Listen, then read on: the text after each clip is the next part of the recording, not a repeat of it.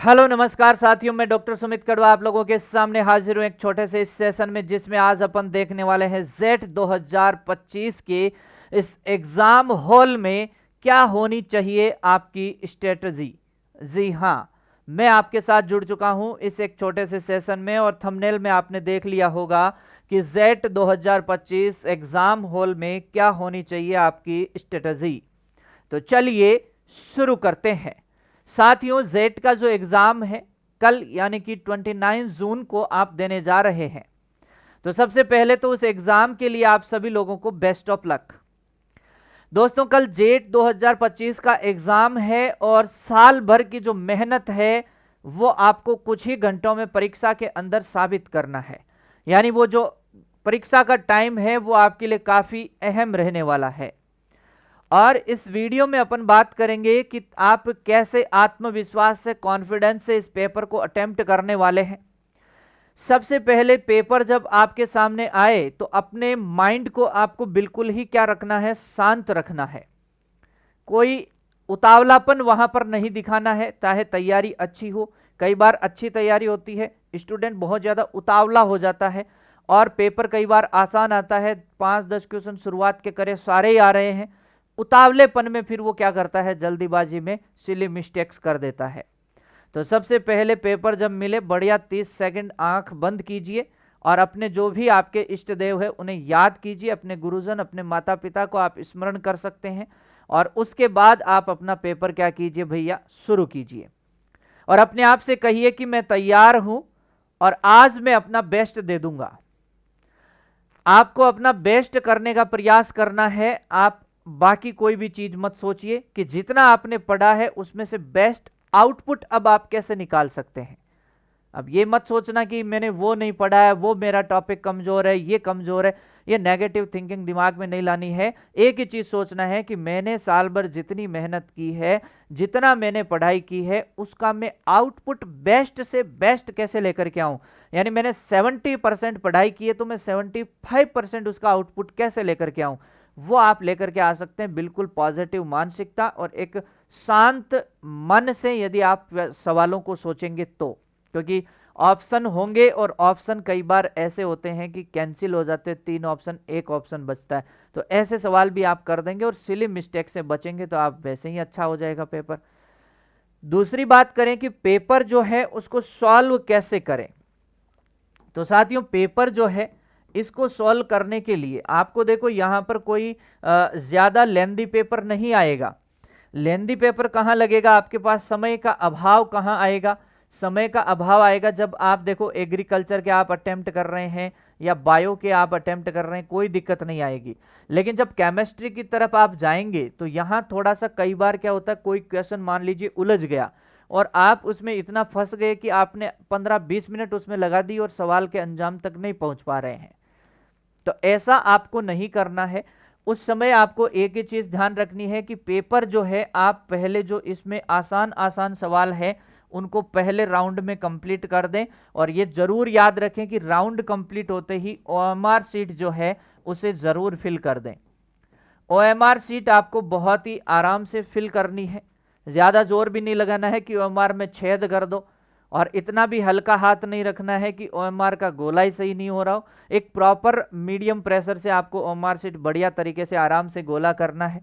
कुछ नहीं है, बिल्कुल सिंपल, ऐसे गोला बनाया और फिर गोले में गोले भरते जाओ, कोई दिक्कत नहीं है, आराम से गोला कर देंगे, कोई दिक्कत नहीं है। उसके पश्चात आपके जो सेकंड राउंड आपको शुरू करना है, जिसमें कुछ ऐसे मीडियम सवाल जो आपने छोड़ दिए हैं, जो आपको आते हैं, उन पे आप जाएंगे। और एक बात जरूर ध्यान रखना भैया, यदि 2 ऑप्शन कैंसिल हो गए हैं, यदि 2 ऑप्शन कैंसिल हो चुके हैं तो ऐसे सवाल को आपको छोड़ना नहीं है। ऐसे सवाल पे आपको रिस्क लेना है। 2 ऑप्शन कैंसिल हो चुके हैं तो आपको वहां पर रिस्क लेना ही लेना है, थोड़ा सा खुला खेलना है ना।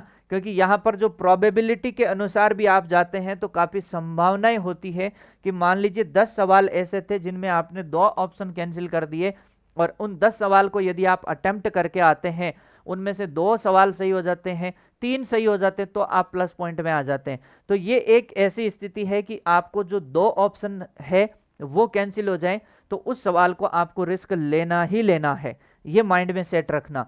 और यहां पे सेकंड राउंड में जब आप क्वेश्चन करने जाएं तो जैसे ही क्वेश्चन किया ओएमआर फिल करेंगे, जैसे ही क्वेश्चन किया ओएमआर फिल करेंगे, ये ध्यान रखना है। और ओएमआर जो है बड़ी सावधानी से भरना है। बहुत सी बार प्रॉब्लम ये हो जाती है कि अपन कोई क्वेश्चन छोड़ा है, स्किप किया है और उसकी जगह गोला हो गया और फिर सारा सीक्वेंस बदल गया, ऊपर नीचे हो गए सारे के सारे, मामला खराब हो गया। ठीक है, तो ऐसी स्थिति जो है आपको ध्यान रखना है, ऐसी स्थिति नहीं होनी चाहिए। अब थोड़ा ये भी ध्यान रखना है कि एग्री, बायो, ये जो सिंपल सवाल है इनमें ऐसा नहीं है सिंपल सवाल में मंथन कर रहे हैं घंटों बैठ करके, ऐसा भी नहीं करना है। ये जो सिंपल सवाल है इनको जल्दी खत्म करना है ताकि आप केमिस्ट्री को भरपूर टाइम दे सकें। भाई केमिस्ट्री को टाइम देना है आप लोगों को अच्छे से। अगर कोई बड़े क्वेश्चन आते हैं, लेंथी क्वेश्चन आते हैं, तो आपके पास भरपूर टाइम होना चाहिए। ऐसा नहीं हो लास्ट में कि पेपर खत्म होने के बाद बाहर आकर के कह रहे हो कि साहब क्वेश्चन तो आ रहा था, मैंने तो बस वो क्वेश्चन पढ़ा ही नहीं था। तो भाई गलती किसकी होगी? अपनी होगी और किसकी? तो अपने को टाइम मैनेजमेंट इस तरीके से करना है कि केमिस्ट्री को टाइम आपको ज्यादा से ज्यादा देना है, ये थोड़ा सा ध्यान रखना है। और वो ज्यादा से ज्यादा कब दे पाएंगे? जब आसान, और जब यहाँ पे जो आसान और सवाल ये रहेंगे इजी सब्जेक्ट्स के, वो सवाल आप थोड़े से जल्दी जल्दी कवर कर लेंगे। जल्दी जल्दी इनको कवर कर करके फिर क्या करेंगे? केमिस्ट्री को भरपूर टाइम भी देना है, ये आपको ध्यान रखना। केमिस्ट्री के इजी सवाल आप पहले राउंड में भी कर सकते हैं, दूसरे राउंड में उसको अच्छे से टाइम दीजिएगा। और एक बात और ध्यान रखना है, ज्यादा जल्दीबाजी के चक्कर में सिली मिस्टेक मत करना कि एकदम बिल्कुल हेलीकॉप्टर ही बन गए हो, है ना। बहुत तसल्ली से पेपर करना है। कोई ज्यादा आपको एक जो घबराहट जैसी स्थिति है वो दिमाग में लानी नहीं है, क्योंकि आपने साल भर मेहनत की है तो कोई जरूरत ही नहीं है आपको घबराने की। और यदि आपने साल भर मेहनत नहीं की है तो फिर क्या जरूरत है भाई मेरे घबराने की? टेंशन है ही नहीं। ओएमआर शीट समय समय पर बीच में, जैसे कि मान लो 1.5 घंटा हो गया है तो उस समय जितने क्वेश्चन हुए हैं एक बार ओएमआर में जरूर उनको भर देना, वरना बाद में क्या होता है गड़बड़ी एक साथ करते हो ना तो हड़बड़ाहट में इधर उधर इधर उधर इधर उधर सारा मामला गड़बड़ हो जाता है। यस और नो? खुद को बार बार ये एहसास जिताते रहो कि भैया मैं जानता हूं उतना काफी है और मैं घबराने नहीं आया हूं, यहां मैं जीतने आया हूं, मैं मेरा काम करने आया हूं, मैं मेरा बेस्ट देने आया हूं। आसपास कई बार क्या होते हैं, कई बच्चे कहते हैं ओहो मैडम ने धमका दिया था, वहां पे मैडम चिल्ला के बोल दिया था। ज्यादातर चिल्ला देते हैं ना मैडम वगैरह, उसमें जो आपके इन्विजिलेटर के रूप में आते हैं या फिर कोई सर होते हैं, तेज से चिल्ला के ये तूने साइन नहीं किए यहाँ पे, ये तुमने क्या गलती कर दिया। बच्चा घबरा जाता है, फिर क्वेश्चन गलत कर देता है। तुम सोचोगे सर इतनी सी बात पे घबरा जाता है? अरे बिल्कुल भाई, हम नीट की तैयारी करते थे तब हमारे एक दोस्त के साथ हो गया था ऐसा।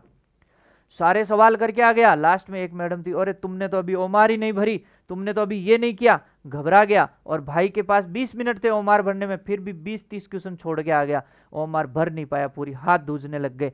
तो ऐसे घबराना वबराना नहीं है, उस टाइम याद दिलाना भाई राजस्थान के वीर योद्धा हो तुम, ऐसे छोटी छोटी बातों से थोड़ी घबराते हैं, है कि नहीं? बिल्कुल जज्बा रखना है पूरा का पूरा। और साथियों एक बात याद रखना है आप सभी लोगों को, जेट एक एग्जाम है और आपकी मेहनत का ये नतीजा है।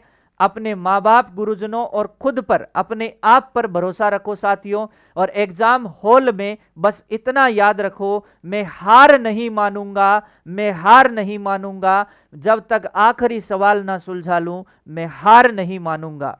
और साथियों मान लो तो हार है और ठान लो तो जीत है, तो भैया मानना क्यों है, ठानना है। बिल्कुल रिलैक्स माइंड से आपको जाना है और हो सके तो परीक्षा से पहले 5 मिनट बिल्कुल रिलैक्स, आप थोड़ा सा जो कहते हैं ना गहरी सांस, अनुलोम विलोम, 5 मिनट का आप हल्का सा प्राणायाम करके जा सकते हैं, ताकि आपका माइंड है वो एकदम रिलैक्स रहे और एकदम बिंदास माइंड से जाना है। मैं फिर लास्ट बात कहूंगा कि भैया यदि आपने अच्छी तैयारी की है तो फिर घबराने की बात ही नहीं है, और यदि आपने तैयारी नहीं की है तो फिर घबराना काहे को है मेरे दोस्त, रबर पे लिख के एबीसीडी उछाल के आ जाना, है कि नहीं? हाँ, तो मस्त रहो, बिंदास रहो, जिसने जैसी तैयारी की है उसको वैसा रिजल्ट मिलेगा, कोई टेंशन नहीं है। बिंदास रहिए, मस्त रहिए और इस एग्जाम को अच्छे से आप लोग अटेम्प्ट करके आइए। बेस्ट ऑफ लक सभी को, उत्कर्ष टीम की तरफ से आप सभी लोगों को best of luck. Thank you so much. जय हिंद, जय भारत।